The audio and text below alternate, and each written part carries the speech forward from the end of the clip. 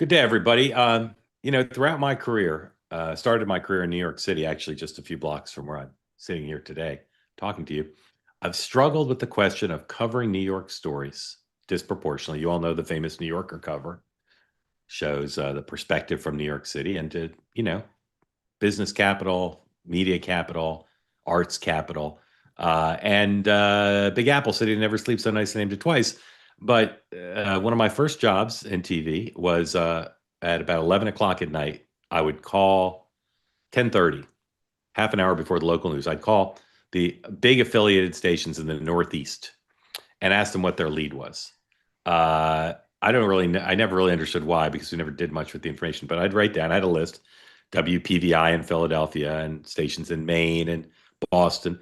And I'd call and I'd say, it's Mark from the National News Desk in New York, ABC. Can you tell me what your lead is on the 11 o'clock? And there were sometimes some really big stories that had they been, what struck me was, had they been New York stories, had the things they were telling me were happening in their market in New York, they would have been national stories. But just stories in New York get covered more. I bring this up because I like to sometimes start the show as if it's a Spalding Gray monologue. I bring this up because I had a long-time two-way community member email me 7 times today, increasing levels of anger and hysteria, saying that we were covering on two-way. We covered the New York City mayor's race a lot, and what about the Albuquerque, New Mexico mayor's race, or one of the other mayor's races around the country? And I tried to explain why, but he was not satisfied. And so often when we cover and throughout my career when I've covered a New York story, asked the question, uh, is it legit? Is it a story of national import and interest? The example I always give is there was a mother, a nursing mother, who was kicked out of a Starbucks in New York for breastfeeding her baby years ago. And it was a national story for days. And I said, without fear of contradiction, had that happened in Chicago, let alone Albuquerque, let alone, bumfuck Montana, nobody would have ever heard about it. But because it happened in New York, it was a big national story. So I'd be curious if I could survey everybody here, I would. Who thinks the New York City mayor's race is a story that's interesting, worthy of discussion? There's no doubt that it's not just the biggest city. Jen in Oklahoma does. That's a good focus group of one. It's not just it's New York City, biggest city in the country, and and all that. And it's not just because it'd be the first Muslim American mayor. The guy's 34. It's not just because the president's engaged in the race. There are lots of other smaller things that make this an interesting story. It's intrinsically interesting, but there's no doubt we've overcovered here. If the standard is a cover mayor's races equally, no matter what's going on in them, the size of the city. So there's a new poll out today. Do we have the poll? I can't even remember if we have the poll. Do we have that poll? Let's see. Which poll? We have the New Hampshire polls. No, we don't have the New York mayor's race. Anyway, front of the New York Post, there's a big new poll that shows previously had Cuomo down like 20, now he's down 10. Okay, and we showed you this morning on the morning meeting, the early voting data suggests the electorate's better for Cuomo demographically than it was in the primary. And today Mondami was caught in a lie. Not the lie of greatest consequence. He said after the debate, he said that he told the story about his aunt. I won't go into it. He told the story he said it was about his aunt. And then today he acknowledged it wasn't about his aunt. It was about another relative, more distant relative. In any event, if the press weren't convinced the race was over, which most of the press is, the confluence of things, including some of the stuff I just told you, but some other things as well, would make this very exciting. Maybe Cuomo is going to win. But it's difficult for me to talk about it. And besides my cough, it's difficult for me to talk about it because in the back of my mind, I'm still saying maybe this is not a story of interest to people. New York City mayor's race if you don't live in New York. Anyway, we will talk about that because we will. And we'll also talk about the government shutdown, some incredibly important developments in the government shutdown. Part of why our show will be a little different than it often is because the president, since the morning meeting, the president's been asleep practically, right? Because the 12 hours. So is it Tokyo 12 or 14 these days? I can't ever remember. it's somewhere between 12 and 14. So no news from the president overnight, although there's still fallout from some of the things he said. He said on Air Force One. Hold on. Somebody's got to mute there. So we'll talk about the president's MRI as well. I'm curious to see what our guests think about that. Our guests today will be Amber Duke, editor at the Daily Caller, one of the best reporters we have on the show. Glad to have her back. And Michael LaRosa, former aide to Joe Biden, who's Jekyll and Hyde on the tearing down of the East Wing. He's written about it. He's been quoted about it. Sometimes Michael acts as if Donald Trump should be in the guillotine for tearing down the East Wing, and then other times he says the party's overreacting. So I've not had a chance to talk to him about it, at least not lately. So I'm eager to talk to him about that, even though it's not in the news and all the stuff we have. So in a moment, our guests will be here. We'll run through the news of the day together. And then, of course, we'll get to your questions and comments. If you're on the two-way platform, would like to be in on the conversation, we'd love to have you. Raise your hand. If you're watching on X or YouTube, tonight would be a good night to just not put smack in the chat. Just as you start to go into the chat, particularly on YouTube, just think, Mark always talks about peace, love, and understanding. Is my chat comment, is that consistent with the extension of the presumption of grace to all and love, peace, and understanding? And if the answer in your little head says no, don't type anything or type something nice. Say, Lucas Hawley, what a nice shirt you're wearing. Something nice like that. Let's try it. And then after the show, when I get the data analytics, the AI sweeps through the chat and it searches out key smacky words. Maybe it'll say, Mark yields no smack quotient 0. That could happen. Probably not. But let's try that. So a couple sponsors tonight, and then to your questions, or to our guests rather, and then to your questions. And again, would love your participation. All right. Couple sponsors. First, our friends at CB Distillery. Big discount tonight, bigger than you've been offered before. 40% off on CB Distillery products, natural CBD. Go to cbdistillery.com, 40% off using the promo code. You'll like this promo code, VIP. If you're having trouble sleeping, if aren't feeling relaxed enough at night, CB Distillery products can make a big difference. They have solutions that work for your body. Over 2 million people trust the products from CB Distillery. Here's your chance to try clean ingredients, no fillers, just premium CBD. Ready to try a better sleep regimen? CB Distillery products can be part of that. Save 40% off, as I said, your entire order.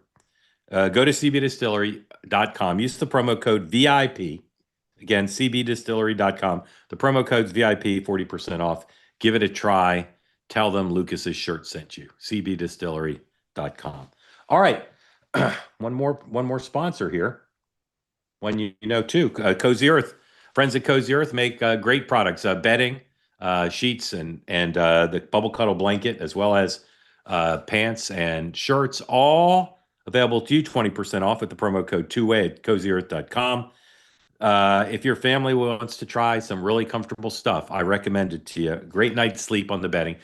100-day return guarantee, 10-year warranty, but you won't need either in all likelihood because they're sheets, viscose made from bamboo, extremely comfortable. Magically keep you cool when you need to be kept cool and warm when you need to be warm. And you'll love them.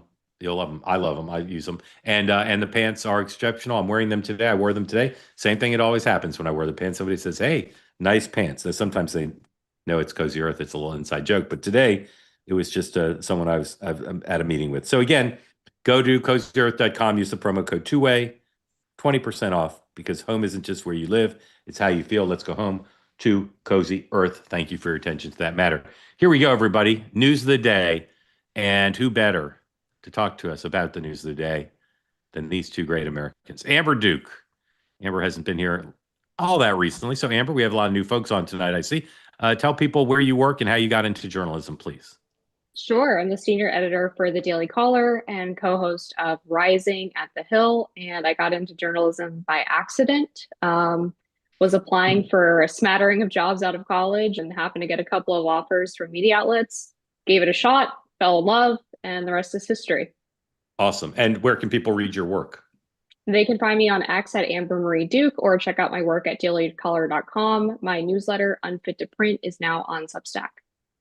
That is a good name for a newsletter. How'd you think of that? I obviously ripped it from the New York Times tagline, all the news that's fit to print, but just a happy accident. Yeah. Yeah, that's very smart. Okay, thank you for being here. Love having you here. Michael LaRosa, also regular here. We love having Michael on. Lately I've been talking sometimes like the guy who impersonates Trump on Saturday Night Live, accidentally. Like Michael LaRosa. Love having Michael on. I don't know, it sounds like that to me. Michael, amongst Democratic strategist, amongst other clients, has worked for Jill Biden and recently was quoted somewhere saying that he nostalgic for the East Wing because he and her top advisor would sit and drink wine in the East Wing together. Michael, was that government funded wine? Who's paid for the wine? You and the First Lady were drinking down like I have, slamming like I have Gatorade. No, what I said was occasionally we could sit and at the end of the day have a glass of wine, relax, and not take ourselves so seriously. But that wine would have been paid for by the family account because they paid for the groceries. Yeah. Okay. And so you weren't slamming over breakfast. You're saying you were having some small sips in the evening. Yeah, that's right. That's right. Yeah. As we would on the campaign, and that's what Jill's style is, a little informal. Understood. We're not going to talk at length about the East Wing today because there's not much happened. But am I right that you've been kind of a little bit all over the map on this, saying Democrats shouldn't make such a big deal about it, but also waxing nostalgic about the East Wing? Or have I misread? So I've been asked my thoughts about what I thought when I saw the pictures, which was, I was a little aghast. I was surprised. I didn't know it was going to be completely demolished. And sure, I'm sentimental about my office going away and that part of the White House going away as it was. But it's a different question from whether all presidents have the right to upgrade and modernize, beautify the White House. And I think it's just an example of small d democracy that you're seeing it all evolve. Every president leaves let's put it this way. Every president and first family can leave their physical mark on the 18 acres if they choose to. And this one certainly is. And in the end, I don't really care. And is the ballroom needed? Yeah, of course it's needed. Would it be my first choice to bulldoze the East Wing? No, but he's building another one. Yeah. Michael, more nuance in that answer than one would hear on 24 hours of cable news. In all seriousness, thank you for being so thoughtful about. There's some nuance there, and it's all understandable, but most people wouldn't have that nuance. Amber, I'd just love to know. There's a Wall Street Journal editorial page editor today wrote an op-ed in the Journal. Sometimes the editorial page editors write signed columns or pieces. Someone I'd never heard of, a woman named Colin. I'd never heard of a woman named Colin. I don't know if you know her. Forget her last name. She wrote a piece today. It sounded like Adam Schiff, just denouncing the destruction of the East Wing and imbuing it with all this metaphorical significance. Contrary to, ironically, the Washington Post ed board, which said it's all fine that Trump did this and fine that he didn't ask anybody because if he had, it would have taken 7 years to get approval. So where are you on the ballroom? Are you pro ballroom, anti ballroom? Are you nostalgic for the East Wing at all? I don't have any East Wing nostalgia. I am happy about the ballroom. I think it makes perfect sense. The idea that we have to host dignitaries in a tent on the South Lawn seems absurd. We should have a beautiful entertainment space. If you've ever been to an event at the White House, you know how crowded it can get if they try to hold it in the East Room or somewhere else in the main residence. If it's true that the architects came in, they found that the East Wing was too unstable to have an additional annex of this ballroom attached to it, then I think it's all well and good that he would go ahead and try to rebuild that and make it stronger. I haven't heard that thing about the East Wing not being stable, but is that something that's been reported? That was the explanation for why they demolished the entire thing as opposed to just taking down the facade. Huh, not heard that. Well, it's stable. I mean, that is where the bunker was after 9/11. I mean, there's a bunker underneath the East Wing. Yeah, and that's another interesting part of this is that I think one of the undercovered perhaps reasons why these changes are so significant as well is it sounds like they're now renovating the bunker also. So that might be another hidden reason why Trump has decided to do this is because he wants the opportunity to go down and reconstruct that bunker. Yeah, I mean, I forget how long ago it was built, but obviously it could use some upgrades. Like you need some direct TV down there or something, something a little more modern. A beer Okay, fridge. exactly. All right, let's talk about the shutdown. I'll just tell you my day. I've been surprised at how few people I've heard from expressing concern about the impact of the shutdown. People have talked about November 1st as a date when there would be more of an impact with various benefits being cut off, et cetera. But today, here's the things I heard. I heard that a lot of congressional aides who are younger, who aren't getting paid, are not being able to pay their student loans, and they feel bad about that. I'm hearing a lot of not White House, congressional aides also, and some members expressing the belief now that this thing's never going to end. Like there's no end in sight. And a big development today, the main union that represents federal government employees, as well as DC employees, came out with a statement. This is number 6, please. They didn't mention the Democrats or the Republicans, but their message was unmistakable. Largest federal workers union, is the Washington Post headline, calls for, quote, clean bill to end shutdown. The American Federation of Government Employees is calling for a stopgap funding measure to bring employees back to work with back pay. That's exactly what the Republicans want. So the workers union is siding with the Democrats or with the Republicans, saying let's do a clean bill and get people back to work. Now, once they made that announcement, every Capitol Hill reporter want to know what do Democrats think, because on the one hand, they don't want to side with the Republican position so unambiguously, but on the other hand, the labor union is their constituency, and so far we've only been able to find Democratic senators saying, whatever.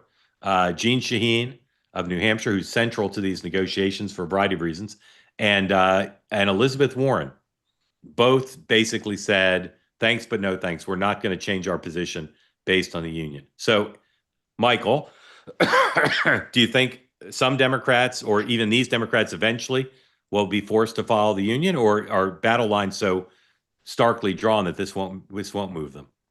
Well, I saw Patty Murray also said that her position won't change, but I did see Dick Durbin, and what he said was, like a good Democrat, labor Democrat that he is doing his politics, said, yes, of course it matters what they say. Of course, we're going to take it under consideration. Of course, we're listening, and we're listening to them very clearly. So I think, do I think this will be a major topic at the lunch tomorrow? Yeah, I do. I think it will. Whether it changes their trajectory or their position, I don't know. I probably doubt it. I mean, you'd be surprised, Mark, how much power Elizabeth Warren has within the conference or the caucus. I mean, I could only tell you from being in the White House, she was able to nix very benign, very under the radar nominees. I mean, the White House was scared to death of her. Yeah. She had a lot of sway, a lot of influence over staff at the staffing level. I can only imagine how much sway she has in conference caucus. Yeah. Amber, any sense of how this might end at this point? Or is it to you just a endless? I haven't seen any meaningful movement from either the Democrats or the Republicans. So it's very unclear to me what a negotiation would look like at this point. I mean, Democrats clearly are unwilling to budge on the Obamacare subsidies. Republicans have said that they're kind of willing to negotiate, but the Democrat response has been, well, it's either all or nothing. So it's possible that when SNAP benefits run out, when the military stops getting paid for a longer period of time, that will start to be more politically painful for either party. But you also had Congresswoman Catherine Clark saying that was basically part of the Democrat strategy, that there needed to be some suffering for people to understand what they were trying to do. So I have not seen anything meaningful that suggests we're coming to an end anytime soon. Yeah, even Tim, go ahead, Michael. No, I'm sorry, Mark. I'm sorry to interrupt you. I was just going to say that next week is going to be a big week for what a deal could, if a deal could happen. You're going to have the military's the military paychecks not coming out on the 30th, SNAP and WIC on the 1st. You have the election in Northern Virginia, which has a lot of federal employees on the 4th. If there isn't a deal by the end of that week, then you should expect it to keep going for a while. Yeah. But you saw tonight, though, there's a ground stop at DFW, and because of staffing issues as well. So you're going to start to see some pain points, but both sides seem comfortable where they are. Yeah, I flew into DFW on Saturday, and I feel blessed to have gotten in there. Amongst the other Democratic senators who were reacting with a shrug to what the labor union said is Tim Kaine, who of course represents Virginia, has a lot of government employees who are federal workers. But Michael said something really shrewd I want to highlight, which is the dynamic in the lunch tomorrow is different than all the senators reacting separately on the fly. And if some Democratic senators in the lunch, and again, these are partisan lunches, it's just the Democrats, if some of them say, hey, this is an opportunity for us, we can blame it basically in effect on the federal workers to get out of this, that could snowball a little bit because of the dynamic in those lunches. I've never been to one, but I've heard about them. It will be interesting to see if any members are getting pressure from their local AFGE as well, like somebody like an Ossoff. Yeah. In Atlanta or whatever. That's right. So we haven't heard from Chuck Schumer lately, at least not on this show. And one human subplot of this story of the shutdown will end is how will Schumer and Jeffries come out of this politically? I think they both performed poorly, and I base that not on my own judgment, but on talking to Democrats. They've not been criticized much publicly, but behind the scenes, people aren't thrilled. And of course, Schumer will almost certainly take heat from the left if there's any deal that's not just a Trump capitulation, and there certainly won't be. So here's Chuck Schumer earlier today complaining about the president being overseas during the shutdown. Number 3, please, Sam. Days away. Starting this Saturday, tens of millions of Americans face the specter of financial crisis, all while Donald Trump is dancing on the tarmac in Malaysia. Donald Trump may be having a nice time abroad, but people here at home are dreading open enrollment. Insurance plans that cost $300 or $400 a month will suddenly cost $2,000 a month or more, because Republicans prefer to shut the government down over working with Democrats to extend the ACA tax credits. Consequently, the average ACA plan is set to more than double starting next year. The average 60-year-old couple making $85,000 a year will soon have to pay an extra $22,000 or more just to have health insurance.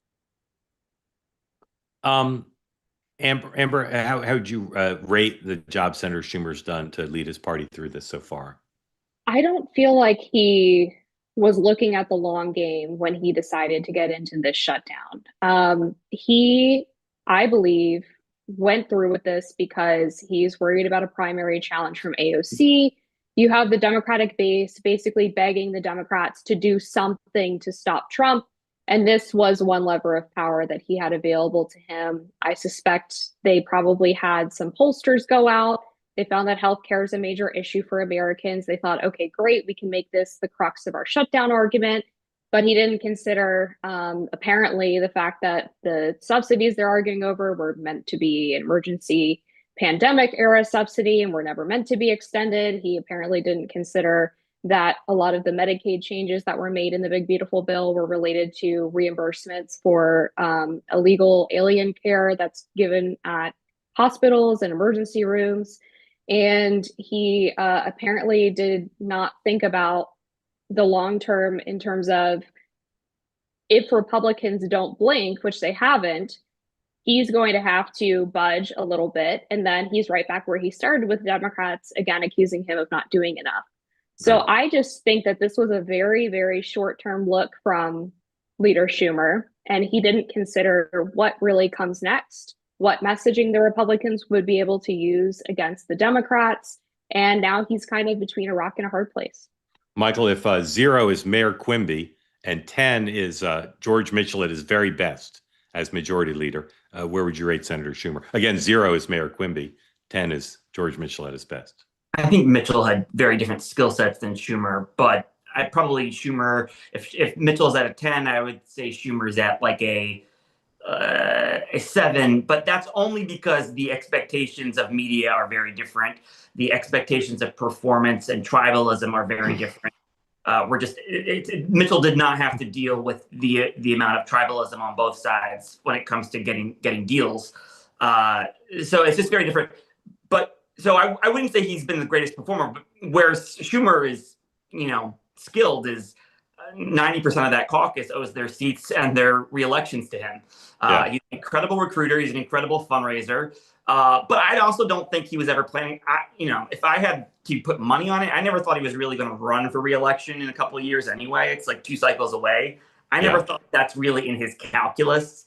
But what you have seen is Schumer go from only talking about he's been very careful up until recently about only talking about healthcare, because he's deliberately trying to give himself room for negotiation with Thune, not specifically ACA subsidies. Now, it seems like runway is starting to run out, so he's now shifting a little bit. Yeah. But most of the negotiation, he's been trying to give his colleague Thune some breathing room, and we are starting to see the Republicans are actually working on an end-of-the-year health package, it looks like. So I think that's something that we have to take into account, is what is happening between those two.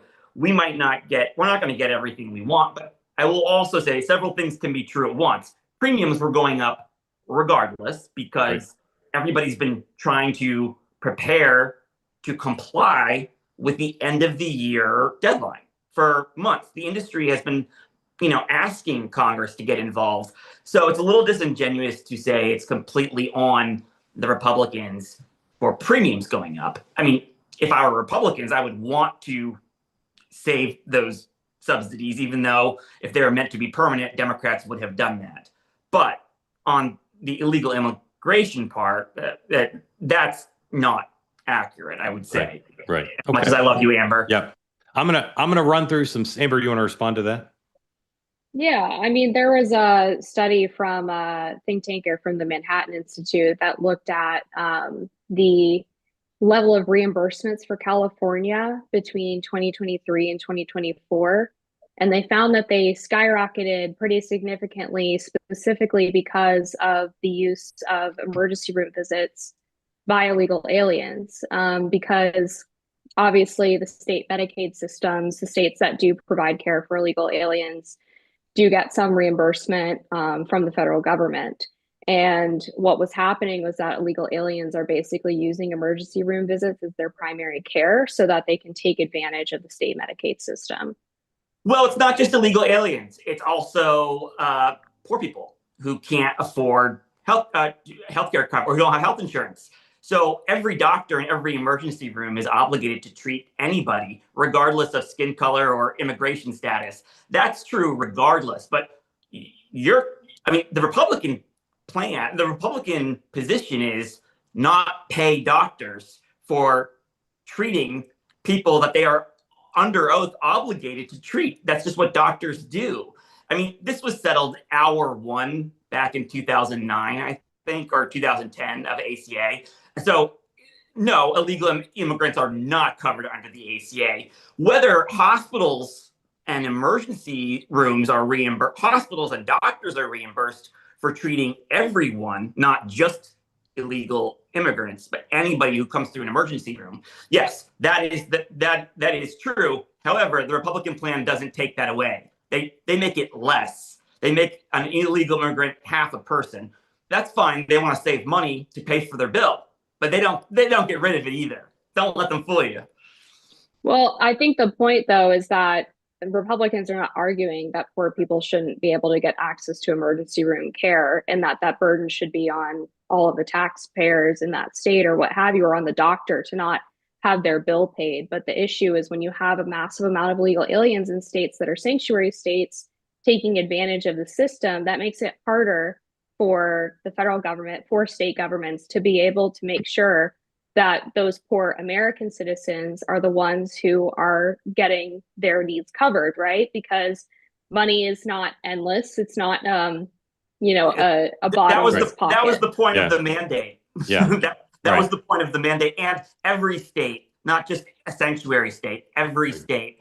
every doctor, every hospital is obligated, and the federal government is obligated. Right, but not every state allows legal aliens to access Medicaid, right? But they're obligated. Every hospital in every state, every doctor is But the obligated point is to that treat. if states want to make that policy that illegal alien healthcare is covered, It's regardless not of where they go, whether it's emergency room or not. No, my They would point be- is if they it's would be state, funded they'd be refunded regardless. but whether not it's by the necessarily federal- through Medicaid, Michael. So the point is if a state has a policy that illegal aliens get covered by Medicaid, particularly through emergency room visits, then they should have to bear the burden of that cost rather than the federal government, because that's a state level policy. But the That's taxpayer is paying for it no matter what. Yes, that's both of you are correct in your last statements. We'll move on. It's a great conversation. If you want to get in on the conversation, please raise your hand. I'm going to run through some stuff real quick here, and then we'll go to you with hands up. So please raise your hand if you want to be part of the conversation. Rand Paul has made a proposal for how to settle the shutdown, focusing on the healthcare issue. He says the president should appoint 3 Republican senators, 3 Democratic senators to spend a month negotiating how to deal with the healthcare issues. And in the meantime, the Democrats should agree to open the government and pay federal employees while the negotiations take place. So we'll see if Senator Paul gets his way. And the other senator from Virginia, which I said before, Senator Kaine, did not say the union calling for an end to the shutdown was swaying him. Senator Warner was kind of splitting the difference. He said not instantly swayed, but he said something to the effect of let's see what happens during the week. So perhaps they'll move that way. All right, let me run through a few other news items and then quick word from a sponsor, then get to your questions. Let me just go to stuff we haven't talked about. Back and forth between the president and AOC today. Washington Post reporters, an excerpt from a forthcoming book, says that Jack Smith thought about bringing the classified documents case not in Florida because they were worried that if they brought it in Florida, it would be assigned to the judge who eventually got the Trump-nominated judge who eventually got the case. What's that lady's name? Eileen Cannon. Thank you, Judge Cannon. That they worried and that they calculated that there was a 1 in 6 chance it would go to Judge Cannon. And some prosecutors believe if he brought the case in D.C., different result. 2 interesting polls out of New Hampshire. University of New Hampshire polled the 2028 field. Not shocking either case, but interesting. Here's the Republican results. Ask of New Hampshire Republicans and those voting Republican primary, number 15. Who would you support for president in 2028? J.D. Vance clearing 50%, 51%. Nikki Haley, I doubt she'd run again anytime soon, but maybe 9%. Tulsi Gabbard, 8%. Marco, 5%. Sarah Huckabee Sanders, 4%. Rand Paul, 4%. Ron DeSantis, 3%. Obviously, a big lead there for J.D. Vance. The Democratic side, a lot more fractured. Number 16. Pete Buttigieg, who's not often talked about as a first-tier candidate. I actually rate him higher than many do. 19%. Of course, he ran already once in New Hampshire. A very good fit as a New Hampshire candidate, variety of reasons. Gavin Newsom, 15%, AOC, 14%, Kamala Harris, the other one in double digits at 11%. So 4 top candidates between 11 and 19. And then down to the other Sanders, not Sarah Huckabee Sanders, but Bernie at 8%, Pritzker 6%, Bashir 3%, Klobuchar 3%, Kelly 3%, Booker 2%, Shapiro 2%, Whitmer 1%, and then Westmore, Ro Khanna, and Rahm Emanuel all polling at the same level as Michael LaRosa, 0%. Let's see. Amazon laying off 30,000 corporate jobs. And there's the hurricane. All right. A couple of sponsors and then to your questions. So please, if you want to get in the conversation, excuse me, raise your hand. New sponsor tonight. Happy to have True Classic with us as a sponsor. Go to trueclassic.com/two-way. Really great clothes. It's getting colder, at least where I live, it's getting colder. True Classic starts with a simple mission: bring premium, comfortable clothing to the masses, because looking and feeling great shouldn't come with a designer price tag. Very affordable stuff, beautifully made. They've sold over 25 million shirts to more than 5 million customers.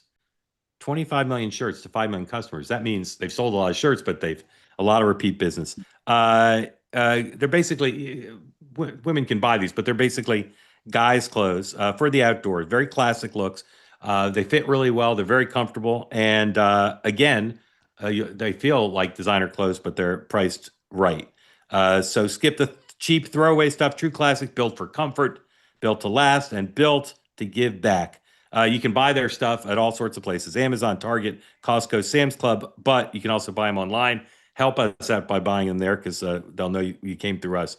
Trueclassic.com/two-way. Go there right now. Thank you for your attention to that matter. One more sponsor, and it's another new one. Cornbread. Cornbreadhemp.com/two-way. 30% off your first order. Cornbreadhemp.com/two-way.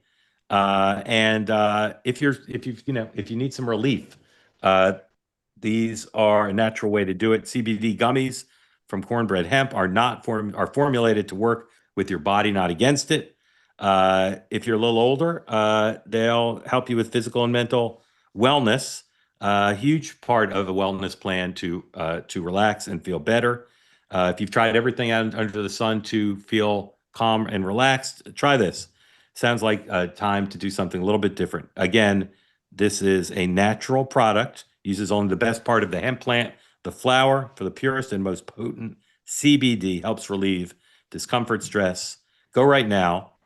30% off your first order. If you go to cornbreadhemp.com/two-way, use the code two-way at checkout for 30% off. Grateful to have them as a sponsor of the program.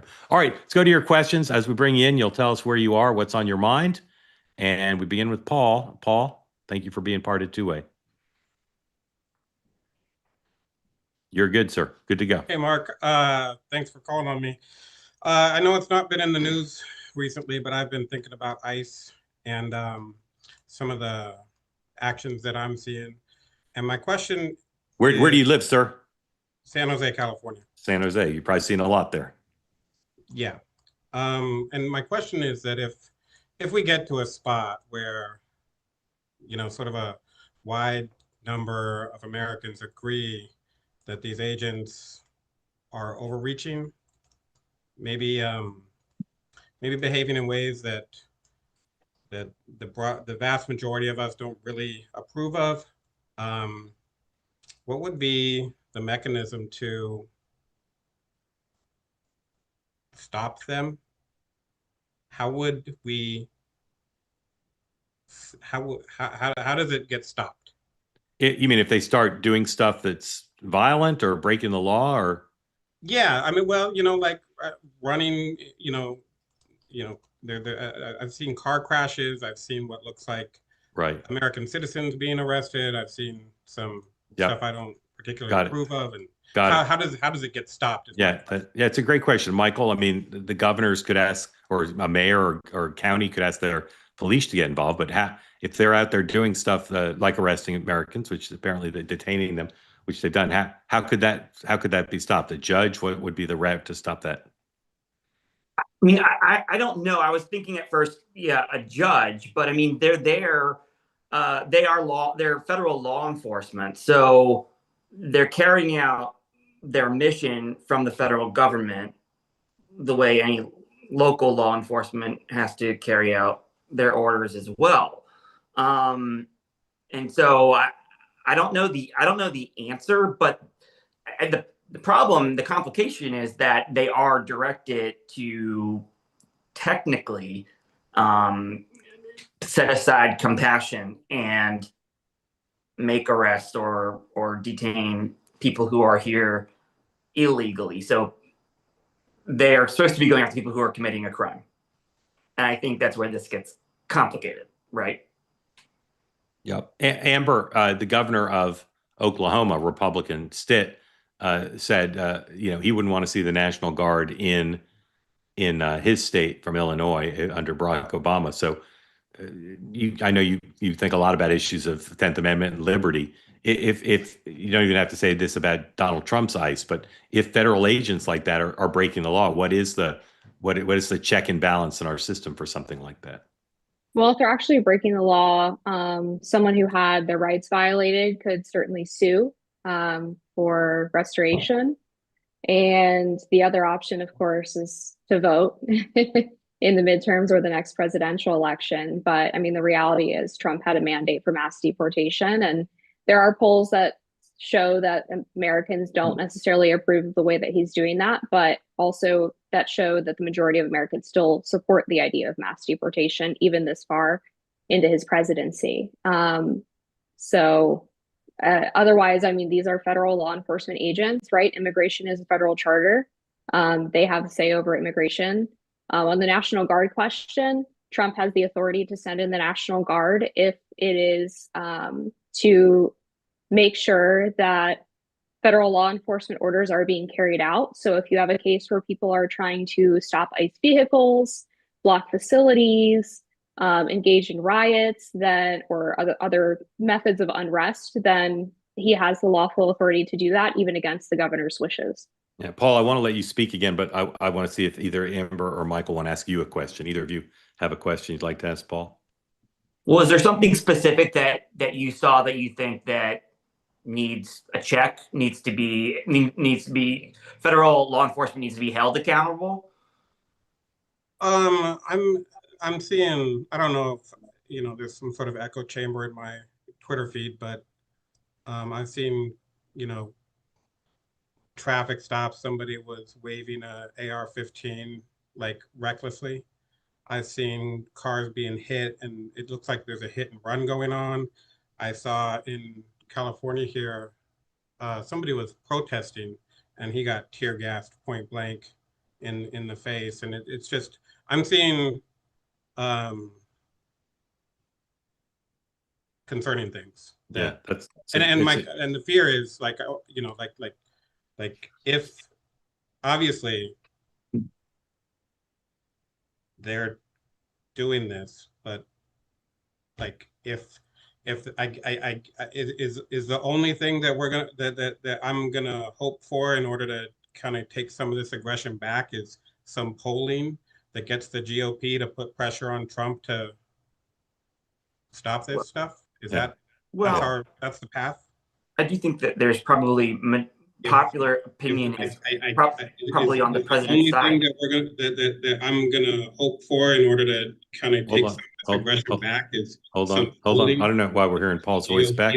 Pressure on Trump. It's a new one. It's a new one here. Amber, do you like to ask Paul a question? I do think that there's. Hold on. We're gonna have to kill that audio. Sam. The only thing that I'm gonna hope for. Hold on. Sam, are you able to kill that? There we go. Amber, I don't know why we're hearing Paul's voice back. Now we're hearing my voice. Okay, let's hope that's done. Amber, did you have a question you wanted to ask Paul? I had the same question as Michael, which is what specifically was concerning you. And, I think it's fair to say that there are a lot of cases, particularly in Chicago and Los Angeles, of people trying to impede federal law enforcement operations. And in that case, ICE, National Guard, et cetera, do have a lawful duty to make sure that they are able to execute their mission without interference. The instances of like car ramming, from what I saw, was protesters trying to ram into the back of ICE vehicles who were carrying detainees. I have not seen the videos of ICE ramming vehicles unless they were trying to perhaps detain someone who was inside, who was in the country illegally or was fleeing law enforcement. So a lot of these, you have to look at the individual case, because I was reading a ProPublica report today that said that 140 Americans have been detained by ICE in their sweeps of the country. But then you dig into a lot of the cases, and it's, again, people who are interfering with law enforcement or people who were shielding illegal aliens where ICE had warrants for their arrest and getting in the way. So it seems like there are very, very few handful of cases where American citizens were mistaken for illegal aliens and detained for a period of time before they were released. And even ProPublica admits that all of them who were wrongfully identified were released within 2 days, which courts have previously said is basically the max amount of time that they can be detained without charges being pressed. Paul, I just want to say how grateful I am for you to coming on and really admire the elegant, calm, and principled way in which you raise your concern. Really, really great. And I'm gonna do a bigger sweep through. I've heard of the kind of examples you cited, but I want to go look into it myself. And again, I'm very grateful to you for being so principled and calm and gracious in raising what is clearly something that troubles you quite a bit. And again, you might not speak for tens of millions, but you certainly speak for millions. And so I'm grateful to you for coming on. Thank you. Thank you. Okay. Winston, welcome in. Tell folks who don't know where you are and what's on your mind for Amber and for Michael. Hello, folks. I'm in South Georgia, and I wanted to bring up, it seems like the shutdown is a process argument over regular order to me. Speaker Johnson and Senator Thune have repeatedly said over the last year that they wanted to do regular order. And the shutdown has basically stopped it in its tracks. And because we're not talking regular order, now we're talking healthcare as a grand bargain to extend it out so that the current budget gets extended out further instead of going through regular order. And there are a number of people in the country who would love to go back to regular order, which we have not had for many, many years. Amber. Well, I mean, that's what you hear Republicans saying, right? They want to do a clean CR, which Democrats previously supported when they were in the majority. But without 60 votes in the Senate, there's really nothing that they can do. It's funny that a CR is now considered regular order. Right. Hey, that's a great point. Yeah. I was just going to say, even a CR isn't considered regular order, and I don't even know if it's a regular order question. It's a math question, really. They need eight votes in the Senate. I think it's more math than it is anything to do with process. I mean, Democrats already voted for this CR several times. These are Biden budgets. These are Biden spending levels. So nobody's really winning with them. Yeah, there's plenty of blame to go around. But if you said turn the clock back to January 20th and catalog everything President Trump has done since January 20th to foster the probability of getting 8 Democratic votes for anything controversial, he's really done nothing. Just to the contrary. So Democrats have some obviously some responsibility too. But they haven't passed anything of significance that required Democratic votes because the whole thing's become so partisan. And again, the president's played into that quite a bit. And certainly of late, he's done a bunch of stuff that the posting of the timeline in the White House website of making fun of the Democratic presidents and posting Joe Biden's picture as the auto pen. These are not things that a whip operation trying to get 8 Democratic votes would do. So, Winston, thank you. Grateful to you. Appreciate you coming on. Okay, Joe, welcome in. Tell folks who don't know where you are, what's on your mind for Amber and for Michael. Hey, everyone. Mark, love your podcast. Thank you, sir. You had a great episode last week, just kind of on how Trump morphs the coverage and anything he says just kind of dictates what the news is. What do you all feel are like either undercovered stories or just trends that you see in the media that maybe get pushed down in favor for whatever Trump said that day, for example? Yeah, a great question, Michael. What's 1 or 2 things that Trump papers over by drawing the light to him? Well, I think it's I would phrase it. I would react differently because I think it depends on what he says. If he says something that Fox or right media likes, they'll cover it like crazy. And if he says something that MSNBC hates, MSNBC will cover it all day long. So it's sort of a choose your own adventure for the silos that we live in now in terms of how we consume our news. I mean, I think this is the best platform to go to if you want to talk about things that you aren't watching or seeing on cable or on, sort of partisan podcasts. Amber.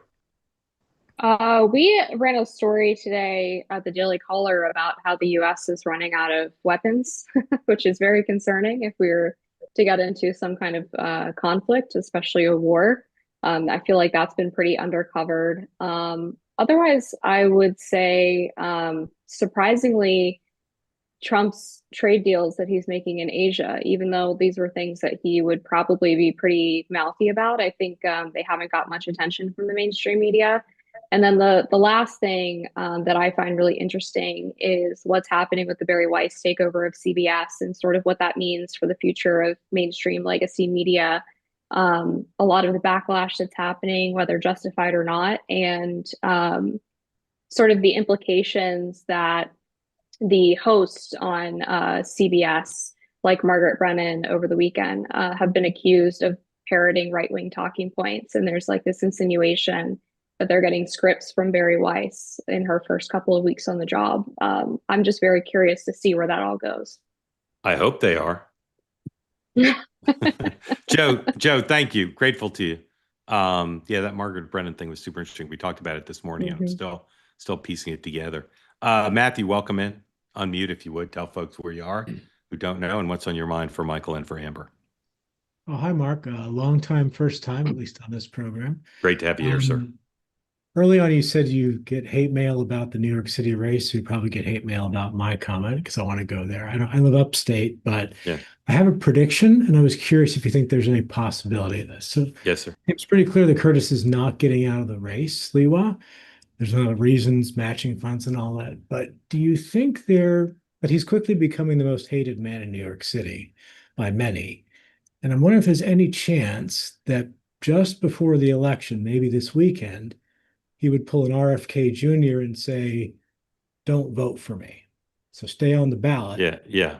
Say to his supporters, I did my best, but there's no path to victory. For the sake of the city, don't vote for me. Any chance of that happening? Yeah, I think there's some chance, although again, because the early voting exists now in the city, some people voted for him. I think there's three things, maybe four, that are happening that would be maybe encouraging that and part of that if it happened to make the race more competitive. One is, and Sean and I both talked about this in the morning meeting. Anecdotally, there are Republicans who are voting early who say, "I never thought I'd vote for Andrew Cuomo, but I'm now convinced that if I vote for Curtis, then Mondami will definitely win." So that would play into that. Second, I haven't heard this, but I'd be surprised if there weren't Trump robocalls to Republicans at the very end. They don't want to do them now because Mondami makes hay out of Trump supporting Cuomo. But I think there could be robocalls, and if Curtis hears about that, which he would, he might encourage him to do what you're saying.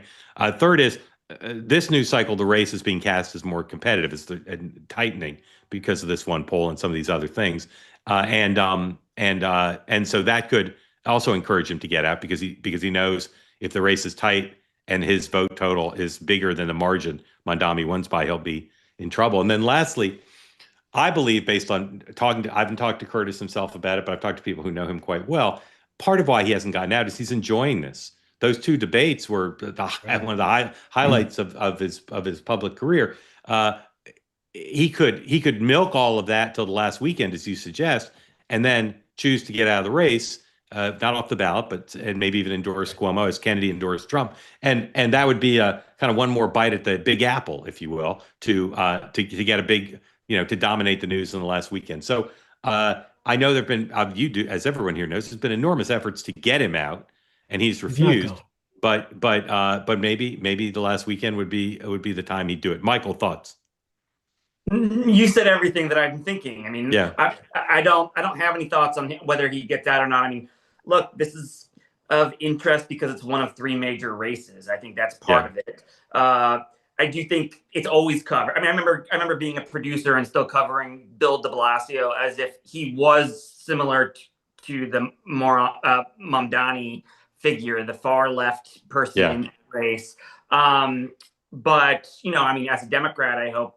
The other interesting thing that makes this different is that you have an anti-capitalist Democrat running to be mayor of the hub of capitalism to the world, and that is an interesting storyline. As a Democrat, though, I hope Andrew pulls it out. Yeah, Amber.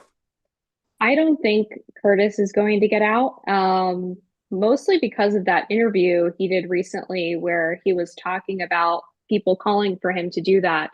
And he said, well, this is a Democrat made problem. This isn't my problem. And there's also, I don't think, a really great indication that, you know, all of Sliwa's voters are going to go for Cuomo. I think you would see a lot of people stay home. A Democracy Institute poll just hit my inbox before coming on this program and said that more than 60% of New Yorkers think that socialism is better than capitalism for the city. So I think the idea that Sliwa getting out of the race is just going to take out Mamdani is probably more of like a wishful thinking fantasy than reality. Yeah. Matthew, thank you. Great question. I will make this not prediction, but I'll just tell you my informed spidey senses. We're going to see at least one more piece of pretty significant opposition research dropped in this race here at the end that will potentially shake things up. On one of the candidates, of course. No, on Mamdani. I think. Will it have a effect on the outcome?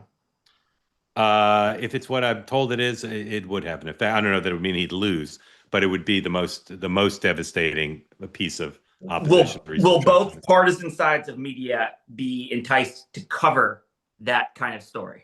If it's what I'm told it is, yes, they will. Okay, that's interesting. Yes, they will. Yes, they will. It will be. It'll be irresistible. I'm not sure it's true, but it could be true. All right, Jen, welcome in. Thanks for joining. Jen is from Oklahoma, and unmute and tell folks what's on your mind.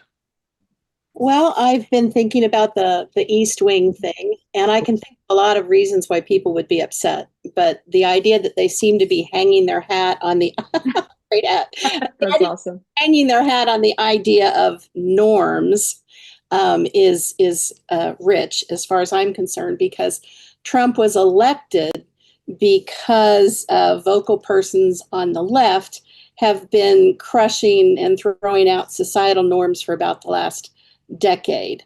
You know, the fact that we seem to have an infinite number of genders, and math no longer requires a right answer, and they're not teaching biology because it teaches sexual reproduction has a male and a female, chest feeding, all kinds of things are just tossed out. And so it just seems like a very bizarre thing for them to hang their hat on. I agree. Michael. I agree. I think it's I think it's a weird hill to die on.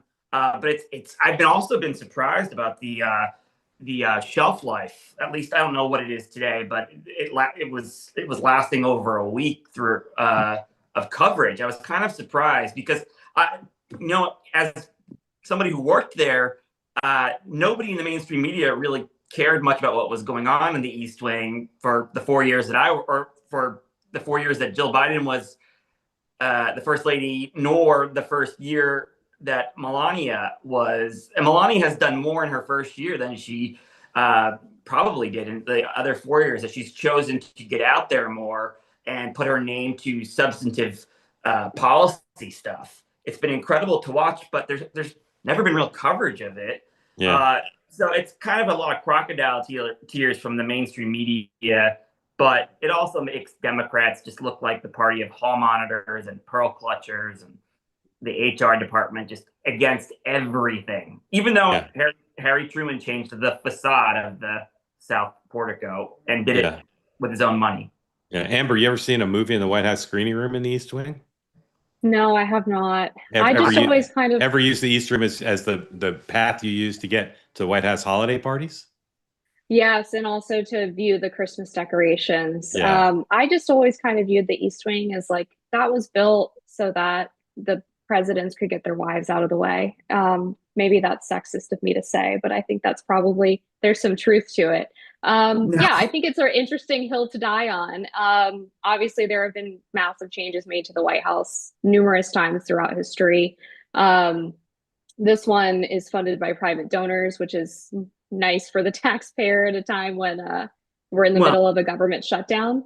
It also just makes sense to have a ballroom. So I think it's really strange. One other point I would make in response to Jen, in regards to the norm breaking, which is what we hear about the Trump presidency.